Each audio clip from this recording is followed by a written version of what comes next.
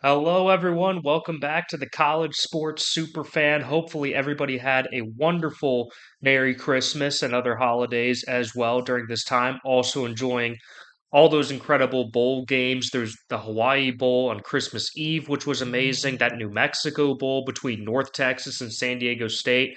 Insane, crazy game that one was.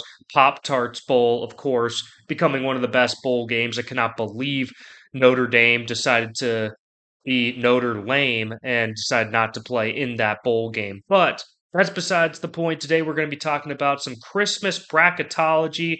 I apologize. I know I said this video would be coming out on the 26th, and it's actually the 28th. But I ended up staying a little bit longer with the family, doing some other post-Christmas activities. So I apologize for that. But we are here, Christmas bracketology edition. Let's get right into it. There's a couple of games going on today. I know Texas Tech, I believe, is playing Winthrop tonight. I think Gonzaga's playing Pepperdine. Some other games going on today. But for the most part, most of the games really kick it into high gear tomorrow. And we're going to start getting heavily into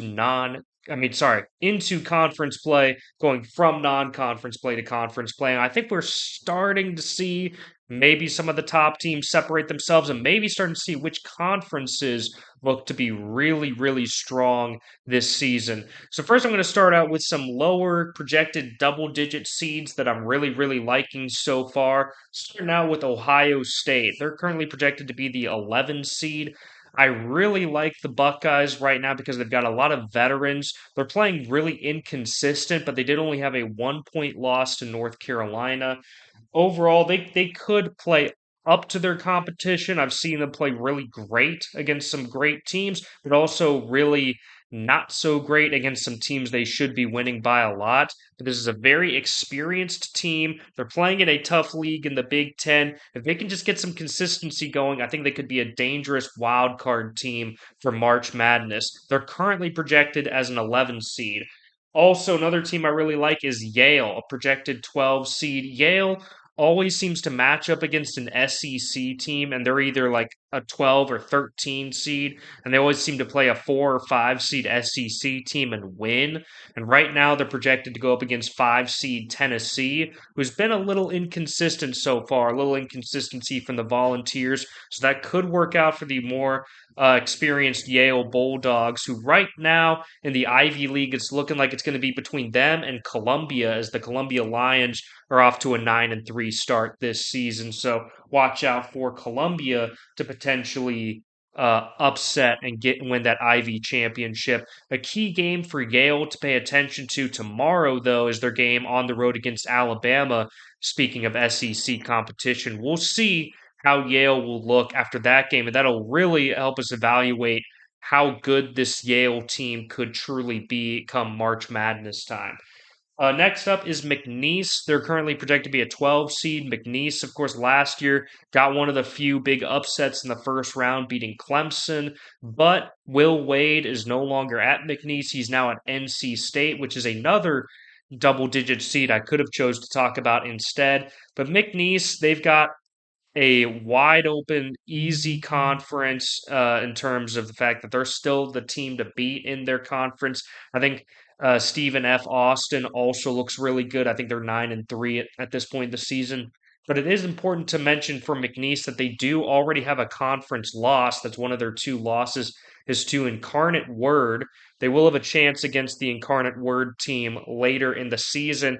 But a big game for McNeese coming up tomorrow is on the road against number 2 Michigan. Heavy underdogs. We will see how the Cowboys perform in that game.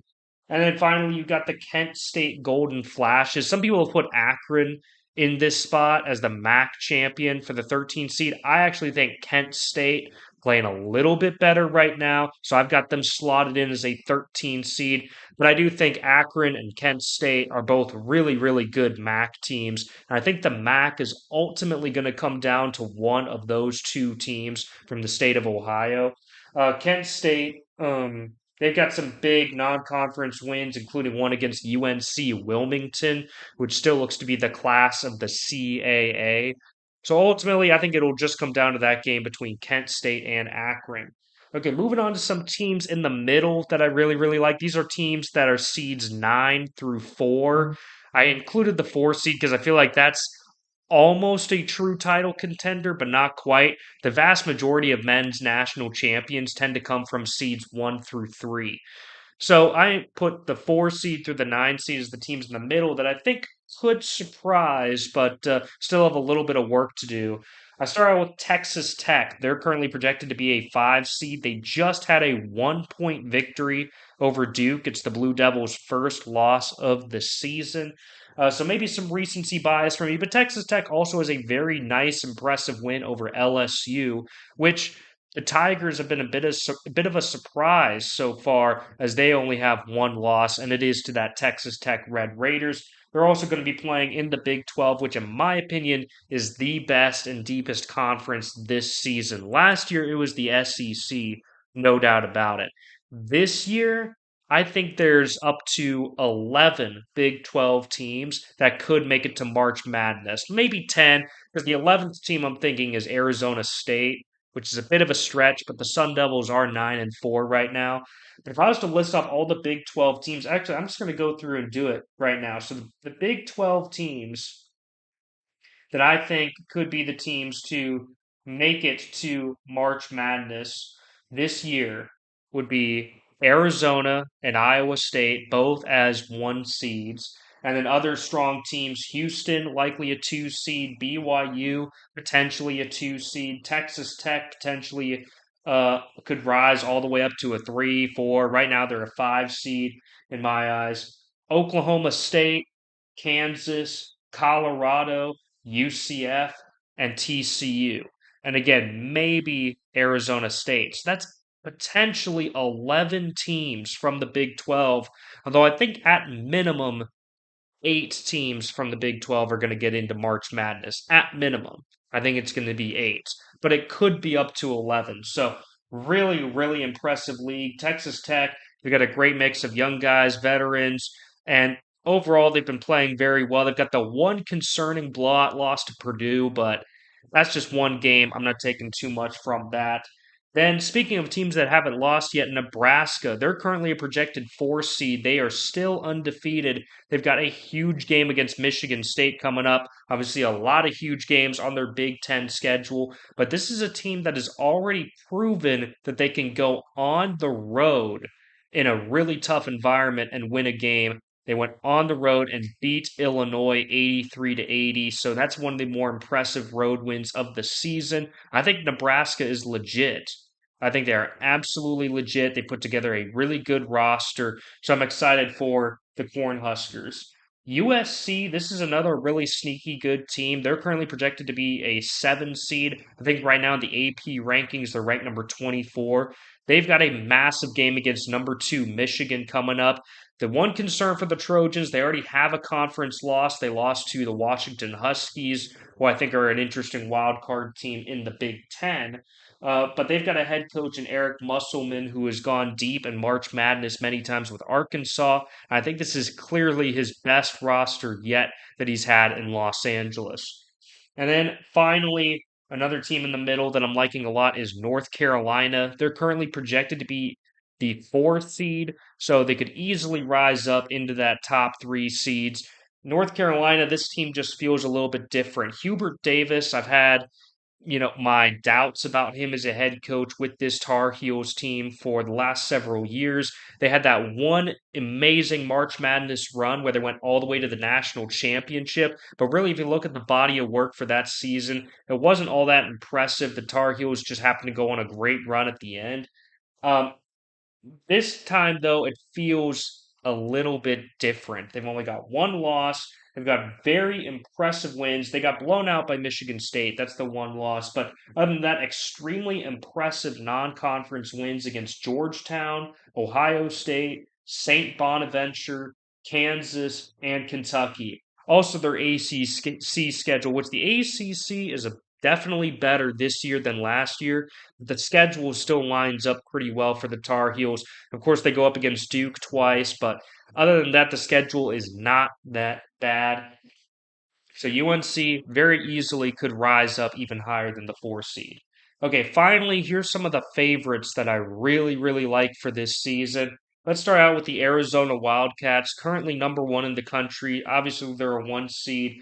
The Wildcats have two of some of the most impressive road wins on the season as they went on the road to UConn and beat the Huskies in a thriller. And then they also went on the road in Birmingham to take on Alabama and beat the Crimson Tide as well. They've also got the non conference win against Florida in the very first game of the season.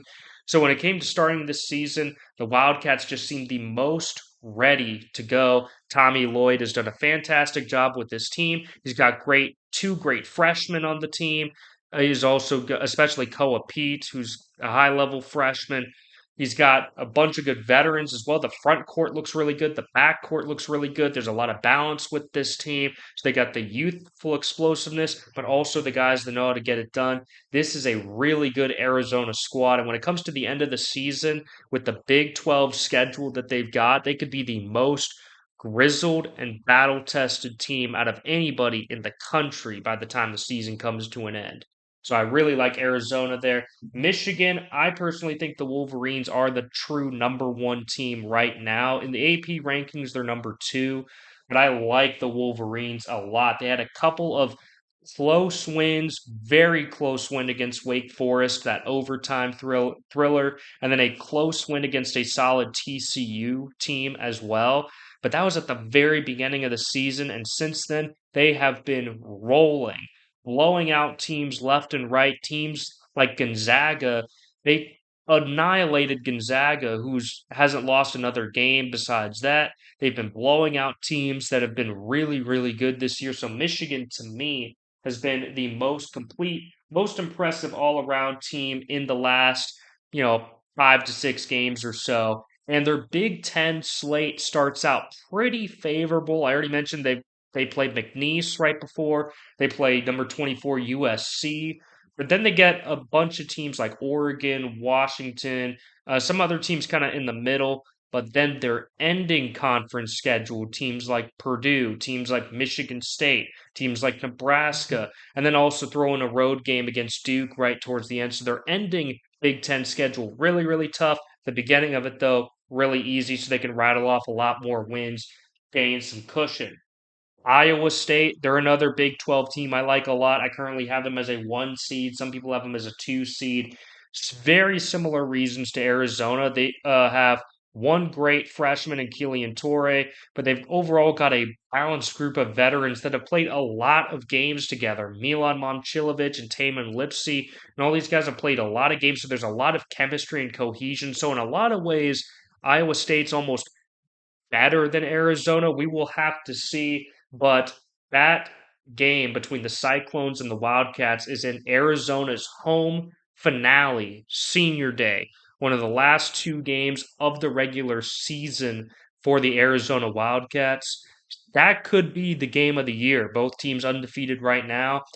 That could easily be the game of the year. So we'll see who's truly better between Iowa State and Arizona late in the season, right before March Madness. UConn, also I have them as a one seed. Obviously, I've got all four of the one seeds I like a lot. Last year, all four one seeds made up the final four. So that's another big reason why Yukon Huskies, they are absolutely back. Last year, they had a down year. Still a good team, but they had a down year. But the 2 years before that, they were a one seed and they won back to back national champions. I expect them to be a one seed for the third time in the last 4 years. I think they are absolutely still the class of the Big East, even with Villanova kind of coming back, even with Georgetown playing well. This team is really, really good. UConn's got a great squad, and I just trust Dan Hurley and some of the other key veterans on this team to make a nice run for March Madness. Finally, a two seed that I like a lot. I could have put Duke in this position, but I ended up saying Gonzaga. I just like Gonzaga's balance between their backcourt and their front court. I think Mark Few is one of the best head coaches in the country, one of the best ever. I think he's the best to never win a national championship. You could argue that's also Kelvin Sampson at Houston as well, who I also could have thrown in here, but I've already talked about the Big 12 quite a bit. Um, But Gonzaga, they look really, really good. They've got great guard play, great forward play. I like the Zags. Their only loss is a really tough blowout loss to Michigan. But other than that, they've had some good wins on their season. But yeah, that is some of the pre-conference play, Christmas edition, bracketology. Those are just some of the teams that I like. And I am very excited for conference play to finally get going to some of the best college basketball we're going to see all year, at least before March Madness. So yeah, hopefully everybody had a Merry Christmas, and thank you all so much.